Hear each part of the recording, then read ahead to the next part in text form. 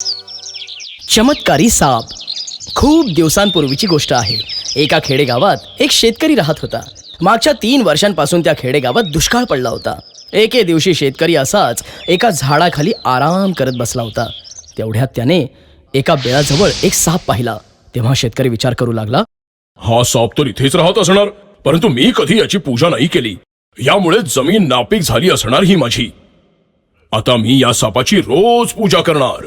असा विचार करत असताना त्याने एका वाटीत दूध आणलं आणि सापाच्या बिळाजवळ ठेवून दिलं आणि सर्पदेवतेला म्हणाला, हे सर्पदेवता, मला नव्हतं माहीत की तू इथे राहतोस, म्हणून त्यामुळे मी तुझी पूजा नाही केली.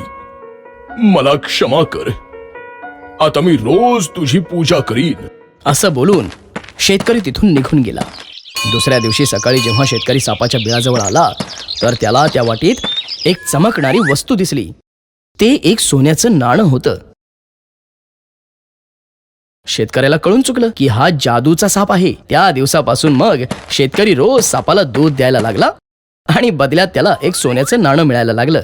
एके दिवशी शेतकऱ्याला काही कामानिमित्त बाहेर गावी जायचं असल्यामुळे त्याने आपल्या मुलाला जवळ बोलावून सांगितलं, हे बघ बाळा, मी काही दिवसांसाठी बाहेर गावी जातोय, त्यामुळे तू या सर्पदेवतेला रोज वाटीत दूध देत जा. असं सांगून शेतकरी बाहेर गावी निघून गेला. इकडे त्याच्या मुलाने दूध घेतलं आणि सापाच्या बिळाजवळ ठेवलं आणि तो तिथून निघून गेला. दुसऱ्या दिवशी सकाळी जेव्हा शेतकऱ्याचा मुलगा त्या सापाच्या बिळाजवळ आला तर त्याने पाहिलं की त्याला त्या वाटीमध्ये एक सोन्याचं नाणं मिळालं. मग तो विचार करू लागला, हा साप तर कंजूस आहे. याच्या बिळात तर भरपूर सोन्याची नाणी असतील, पण आपल्याला हा रोज एकच नाणं देतो. मी जर याला मारून टाकलं तर बिळातली सर्व सोन्याची नाणी माझी होती.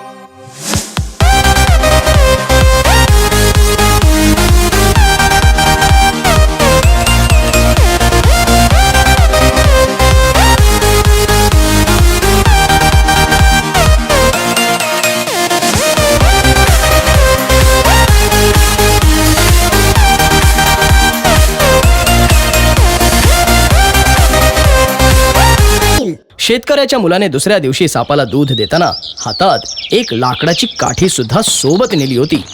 सापाला दूध दिल्यानंतर सापाच्या डोक्यावर सपा वार केले, पण सापाला राग आला आणि तो त्या शेतकऱ्याच्या मुलाच्या पायाला चावला.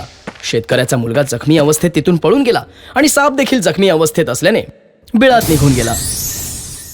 शेतकऱ्याच्या पत्नीने तिच्या मुलाचा इलाज केला.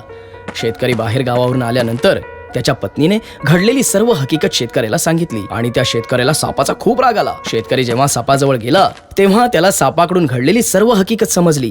तेव्हा शेतकरी त्या सापाला म्हणाला, मी समजून चुकलो की यात सर्व चूक माझ्या मुलाची आहे. मी त्याच्यातर्फे तुमची माफी मागतो. कृपया मला माफ करा. थोड्या वेळाने तिथून तो शेतकरी घरी जातो आणि सापाला वाटीत दूध घेऊन येतो आणि ते सापाला देतो. तो सापाला म्हणतो, कृपया माझ्या मुलालाही माफ करा. त्याच्या लोभीपणामुळे त्याने तुम्हाला मारलं, पण कृपया त्यालाही माफ करा. तर मित्रांनो, या गोष्टीतून आपण काय शिकलो की कधीही कोणत्याही गोष्टीचा जास्त हाव किंवा अतिलोभ नाही करायला पाहिजे. जर तुम्ही जास्त हाव, लोभ, राग आणि द्वेष कराल तर तो तुम्हालाच हानी पोहोचवेल. लोभी व्यापारी. खूप दिवसांपूर्वीची गोष्ट आहे. एका गावात अब्दुल्ला नावाचा एक व्यापारी राहत होता. तो व्यापारी खूप श्रीमंत होता. दूर देशांमध्ये जाऊन तो व्यापार करायचा आणि खूप पैसे कमवायचा. असंच एका यात्रेतून परत येताना तो व्यापारी थोडा आराम करण्यासाठी एका ठिकाणी थांबतो. त्याच वेळेला तिथून एक फकीर जात होता. फकीराने अब्दुल्लाला विचारले, भाऊ, तू इथे का थांबलायस? काही अडचण आहे का तुला? अब्दुल्ला म्हणाला, नाही फकीर बाबा, फक्त थोडा थकलो होतो, म्हटलं थोडा वेळ आराम करू. बोलता बोलता ते दोघे मित्र बनले. बोलत असताना फकीराने त्याला एक रहस्य सांगितलं. मुला, इथे शेजारीच गुहेमध्ये खजिना लपवलाय. त्याच्या बाबतीत कुणाला काहीच माहित नाही, फक्त मलाच माहितीये. त्यावर अब्दुल्ला म्हणाला, असं का? ही तर खूपच आनंदाची गोष्ट आहे. आता आपण निघालं पाहिजे. माझ्या जवळ 80 उंट आहेत. आपण उंटावर तो खजिना ठेवून घेऊया आणि 1 उंट खजिन्यासकट मी तुम्हाला देऊन टाकेन. अरे मित्रा, तू जरा कंजूसपणा करतोयस. तू जर मला 40 उंट खजिन्यासकट देण्याचं वचन देतोस तर मी तुला त्या खजिन्याचं गुपित सांगू शकतो. त्यावर अब्दुल्लाने त्याला होकार दिला.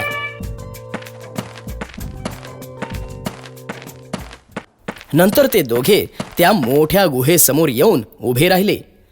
मग फकीराने मनातल्या मनात काहीतरी म्हटलं तर त्या विशाल गुहेचा दरवाजा आपोआप उघडला गेला. नंतर ते दोघे गुहेमध्ये शिरले. ती गुहा खजिन्याने पूर्ण भरलेली होती. अब्दुल्लाचे डोळे तर चमकायला लागले. त्या गुहेत सोन्या चांदीचे शिक्के, किमती वस्तू आणि दागिने भरपूर काही होतं. एवढा सगळा खजिना बघून अब्दुल्लाला खूप आनंद झाला. मित्रा, चल आपण हा खजिना गोण्यात भरूयात. फकीर म्हणाला. त्यांनी एक एक करून सगळा खजिना गोण्यात भरला आणि उंटांच्या पाठीवर त्या गोण्यात ठेवल्या. तिथेच फकीराला एक छोटीशी लाकडी पेटी मिळाली. त्याने ती पेटी आपल्या झोळीमध्ये हे समजून ठेवली की त्यात काहीतरी खास औषधी असावी. नंतर अब्दुल्ला आणि फकीराने उंटांची वाटणी केली. परंतु अब्दुल्लाला ही गोष्ट मंजूर नव्हती की 40 उंट आणि खजिना फकीराला भेटला पाहिजे. म्हणून तो फकीराला म्हणाला, हे पहा, तुम्ही तर फकीर आहात, मग तुम्हाला 40 उंट सांभाळणं खूप अवघड जाईल. मित्रा, तू बरोबर बोलतोयस. हे 40 उंट ही तूच ठेवून घे. फकीर अब्दुल्लाला उंट आणि खजिना देऊन टाकतो. यातला काही खजिना गरीब लोकांना तू नक्की वाटून टाक. फकीरने त्याला सल्ला दिला. परंतु अब्दुल्लाने त्याच्या बोलण्याकडे लक्ष दिलं नाही. त्याने परत फकीराला म्हटलं, मला पूर्ण विश्वास आहे की त्या लाकडी पेटीतील औषधी तुमच्या काहीच कामाची नाहीये. ती जर तुम्ही मला दिली तर चांगलंच होईल. अब्दुल्लाने विचारलं. आता त्याला त्याचा लोभ आवरेना. ती लाकडी पेटी पण त्याला हवी होती. फकीराने ती लाकडी पेटी काढली आणि म्हणाला, ही पण तूच ठेव मित्रा.